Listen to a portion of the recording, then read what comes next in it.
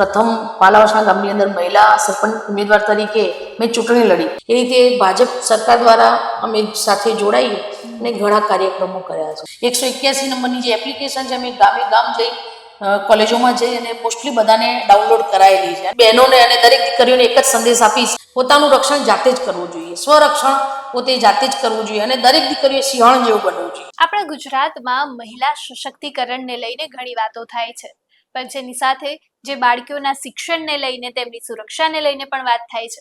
ત્યારે આજે આપણી સાથે વાતચીત કરવા માટે આશાબેન પટેલ છે, જે આપણી સાથે જોડાયા છે, જે ભૂતપૂર્વ સરપંચ પણ રહી ચૂક્યા છે. મહિલા સશક્તિકરણને લઈને ખૂબ સારા કામ પણ કરે છે. તેની સાથે અત્યારે મહેસાણામાં કાઉન્સિલર તરીકેની જવાબદારી પણ સંભાળે છે. હવે એમની સાથે વાત કરીએ કે એમની જર્ની કેવી રીતે શરૂ થઈ અને હાલ તે મહિલા સશક્તિકરણને લઈને કયા કયા કામ કરી રહ્યા છે. તો આપનું ન્યૂ ભારત ન્યૂઝમાં ખૂબ ખૂબ સ્વાગત છે. પહેલા તો વાત કરીએ કે તમારી જે જર્ની છે, કે તમે પહેલા સરપંચ રહી ચૂક્યા અને હવે મહિલા સશક્તિકરણને લઈને પણ ઘણા તમે કામ કર્યા, તો એની શરૂઆત કેવી રીતે થઈ?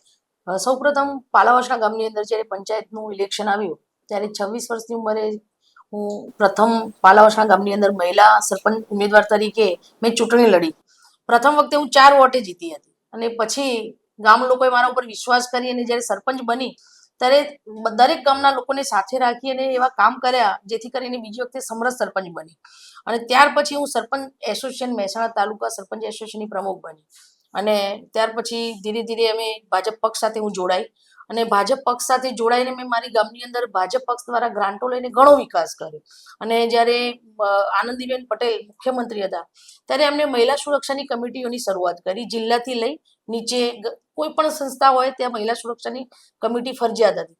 એ વખતે મહેસાણા જિલ્લામાં મહિલા સુરક્ષાના સભ્ય તરીકે મને ચાન્સ મળ્યો અને નારી અદાલતો સ્ટાર્ટ થઈ અને એમાં કેવી રીતે મહિલાઓને લઈને સુરક્ષાના પ્રશ્નો હતા, મહિલાઓને ગામે ગામ જઈને અમે અભ્યાસ માટે પણ જાગૃત કરતા અને ભાજપ પક્ષ તરફથી જે અવેરનેસ આવતા કાર્યક્રમો મહિલાઓના, એ ગામે ગામ કોલેજો સ્કૂલોમાં જઈને અમે સમજાવતા કે દીકરીઓએ કેવી રીતે અભ્યાસમાં આગળ વધવું જોઈએ, કેવી રીતે પોતાનું રક્ષણ કરવું જોઈએ અને મહિલાઓને લગતા ઉદ્યોગોમાં પણ કેવી રીતે આગળ વધવું જોઈએ. અને સરકાર જે ગ્રાન્ટો આપતી હતી એમાં સખી મંડળોની ગ્રાન્ટો દ્વારા બહેનોના રોજગારો માટે કામ ચાલુ કરાયા.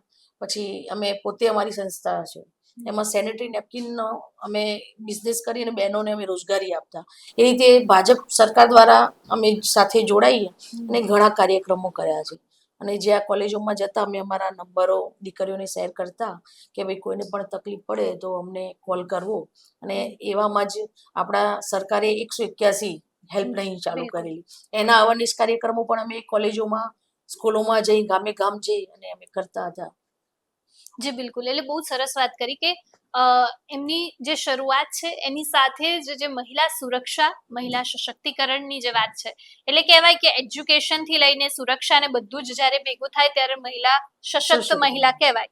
તો અત્યારે જે ખાસ કરીને જે કેવા પ્રશ્નો તમારી સામે આવતા હોય છે ને અત્યારે આપણે ઘણા બધા આગળ વધી ગયા છે, એવું કહેવાય એઆઈ ટેકનોલોજી આવી ગઈ, પણ ઘણી જગ્યાએ ગામડા લેવલ પર અત્યારે પણ બાળકીઓનો જે ડ્રોપ આઉટ રેશિયો છે, ખાસ કરીને જે ભણવાનું જે છોડી દેતી હોય છે બાળકીઓ, એ ઘણું બધું વધી ગયું, હજી પણ વધારે છે. તો એના વિશે આપણે શું કહેશો? તમે જે વાત કરી 100% સાચી વાત છે. અત્યારે હાલ જ્ઞાન વિજ્ઞાન અને ટેકનોલોજીનો જમાનો છે, એઆઈનો જમાનો છે અને અત્યારે હાલ ઇન્ટરનેટનો ફાસ્ટ જમાનો છે.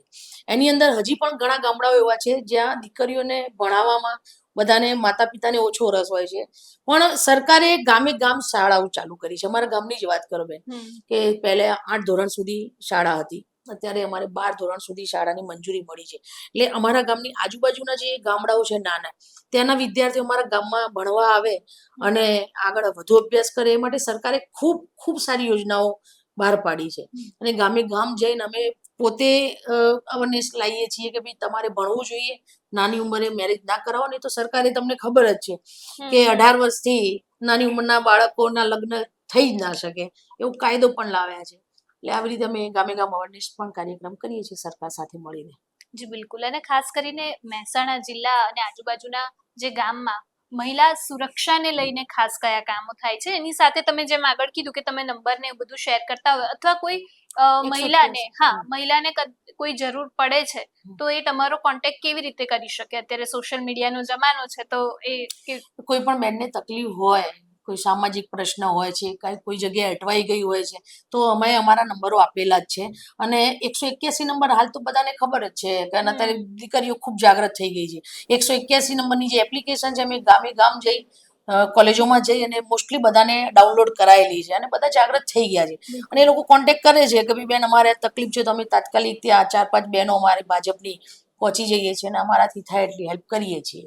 જી બિલકુલ. અને છેલ્લે જ મહેસાણાની જનતા અને ખાસ કરીને મહેસાણાની મહિલા અને બાળકી યુવતીઓને તમે કોઈ ખાસ સંદેશ? બસ આ જમાનો જે ચાલી રહ્યો છે એ પ્રમાણે હું તો દરેક બહેનોને અને દરેક દીકરીઓને એક જ સંદેશ આપીશ, પોતાનું રક્ષણ જાતે જ કરવું જોઈએ. સ્વરક્ષણ પોતે જાતે જ કરવું જોઈએ અને દરેક દીકરીઓએ સિંહણ જેવું બનવું જોઈએ, મજબૂત બનવું જોઈએ. પોતાનું રક્ષણ જાતે કરી શકતા હોય તો જ એમને રાત્રે બહાર ફરવાની છૂટ હોવી જોઈએ. હું તો એ જ કહું છું, દીકરીઓ અત્યારે હાલ નવરાત્રી આવે છે 2-2 વાગ્યા સુધી બહાર ફરતી હોય છે, પણ પોતાનું રક્ષણ જાતે જ કરવું જોઈએ અને દીકરીઓની 4 આંખો રાખવી જોઈએ બેન. 2 આગળ અને 2 પાછળ. એક આગળ જાય છે, કોણ આગળ છે, પાછળ શું કોણ કરી રહ્યું છે, એ રીતે દીકરીઓને પણ સાવચેતી રાખવી જ જોઈએ. પોતાનું રક્ષણ જાતે જ કરવું જોઈએ. બહુ જ સરસ વાત કરી કે રક્ષણ માટે બીજા લોકો તો હોય જ છે, પણ પહેલા સ્વરક્ષણથી શરૂઆત જે છે કરવી જોઈએ. આપે આપનો કિંમતી સમય અમને આપ્યો અને અમારી સાથે આટલી સરસ વાત શેર કરી એ બદલ આપનો ખૂબ ખૂબ આભાર. Thank you. આવા જ વધુ હસ્તીઓ સાથે આપણે મળતા રહીશું ન્યૂ ભારત ન્યૂઝમાં. નમસ્કાર.